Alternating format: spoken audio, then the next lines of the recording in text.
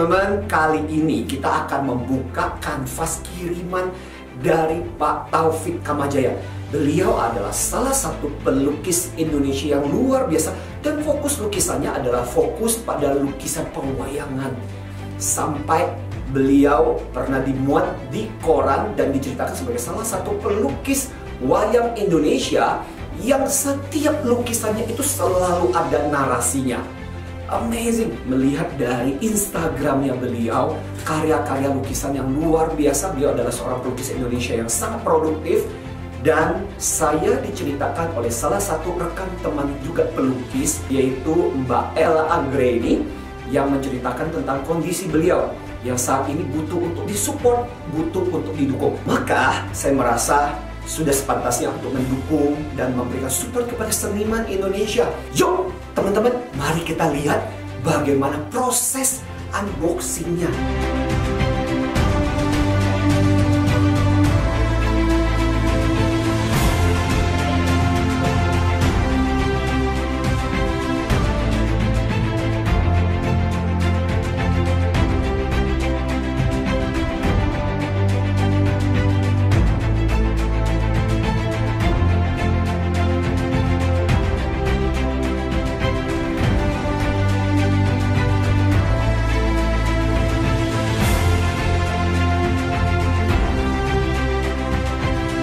Kita akan melihat bagaimana lukisan ini, yuk teman-teman. Inilah dia, tada, hasil lukisannya. Wow, this is amazing. Wow. Ini adalah dua lukisan Semar. Ini saya pisahkan dulu plastiknya. Dan ini lukisan pertamanya, lukisan Semar Boyong.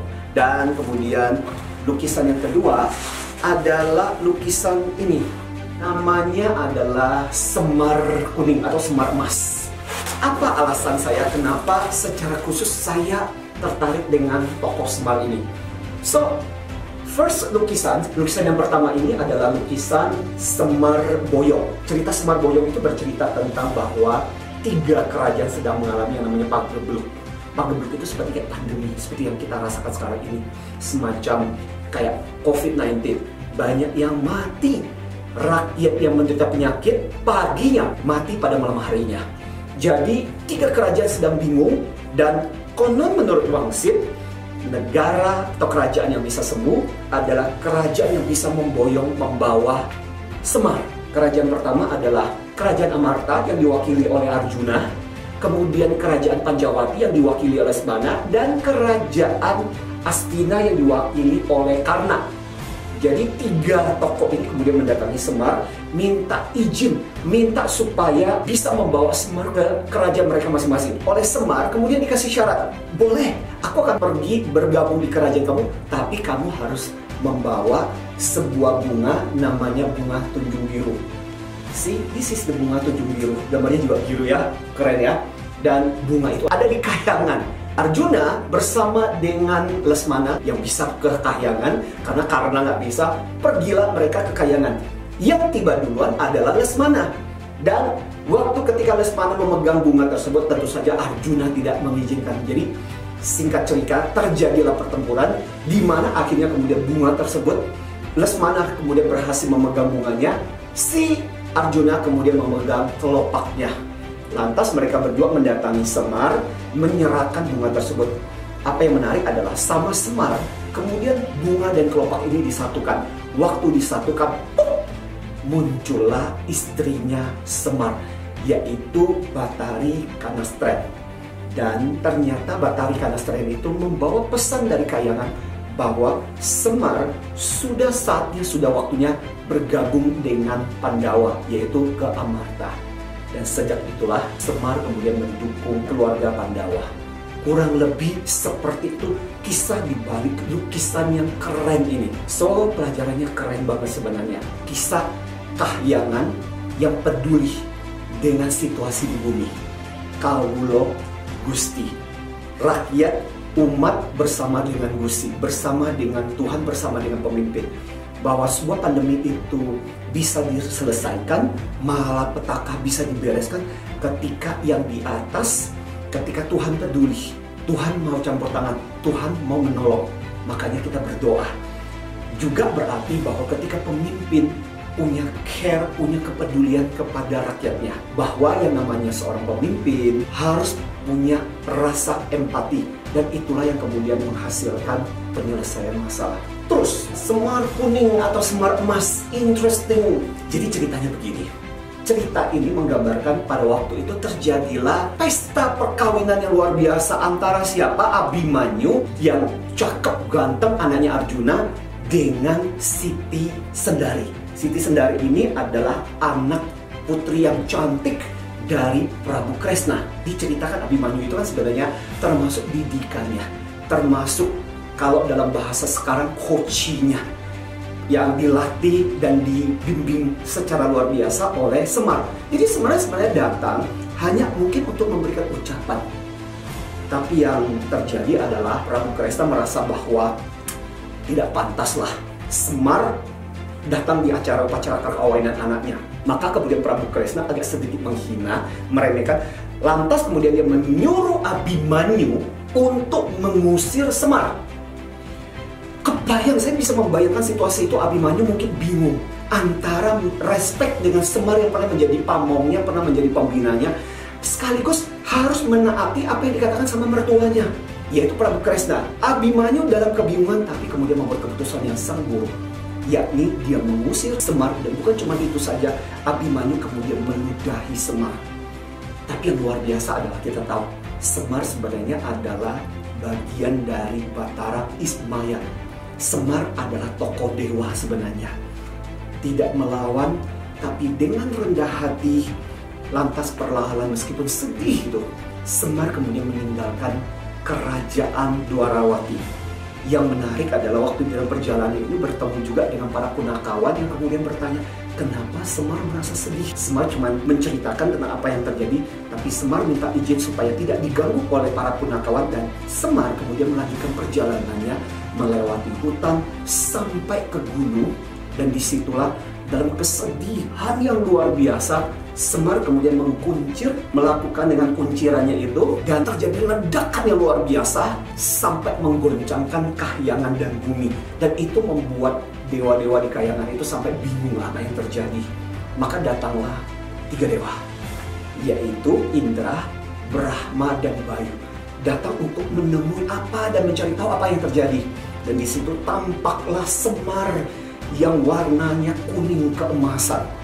Dan kemudian Semar menceritakan mengenai apa yang baru saja dia alami bersama dengan Abhimanyu dan Prabu Kresna.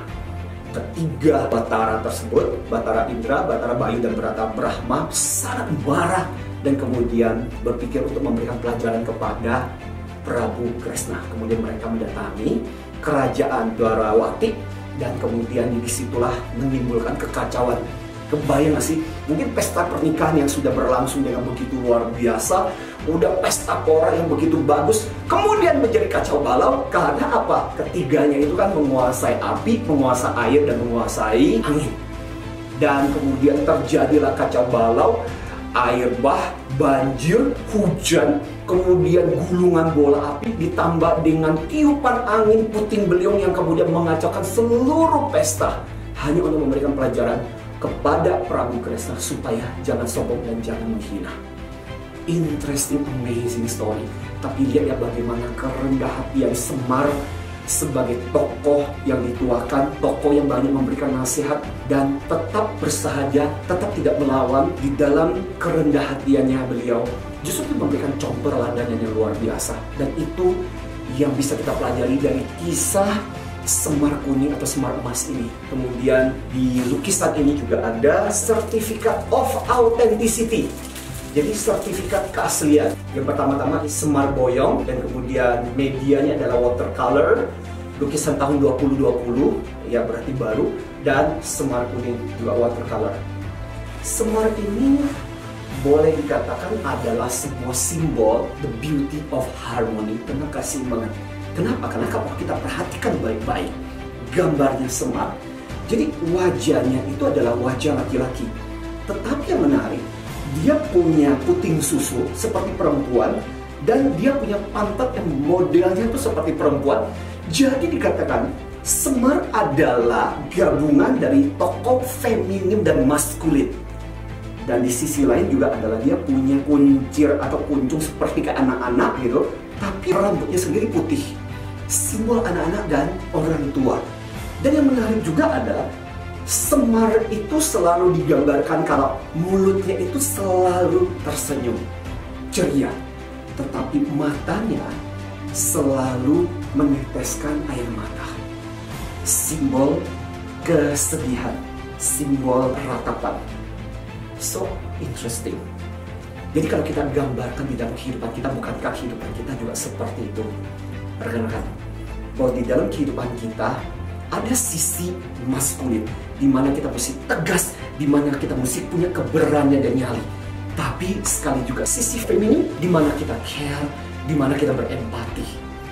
Dan di dalam kehidupan juga ada sisi fun, sisi anak-anak, supaya kita selalu ceria dan bergembira.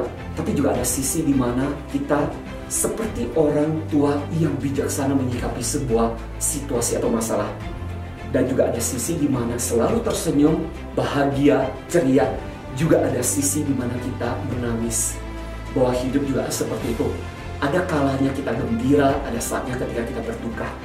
So, tokoh Semar adalah tokoh yang memberikan kepada kita sebuah pembelajaran yang luar biasa. Bahwa kehidupan kita pada dasarnya seperti ini. Wow, personally, I'm so happy dengan kedua lukisan ini. Lukisan Pak Taufik Kamajaya, lukisan yang saya pikir tokoh seniman Indonesia yang luar biasa. Yuk, mari kita dukung para seniman Indonesia supaya tetap berkarya dan menghasilkan karya-karya yang luar biasa.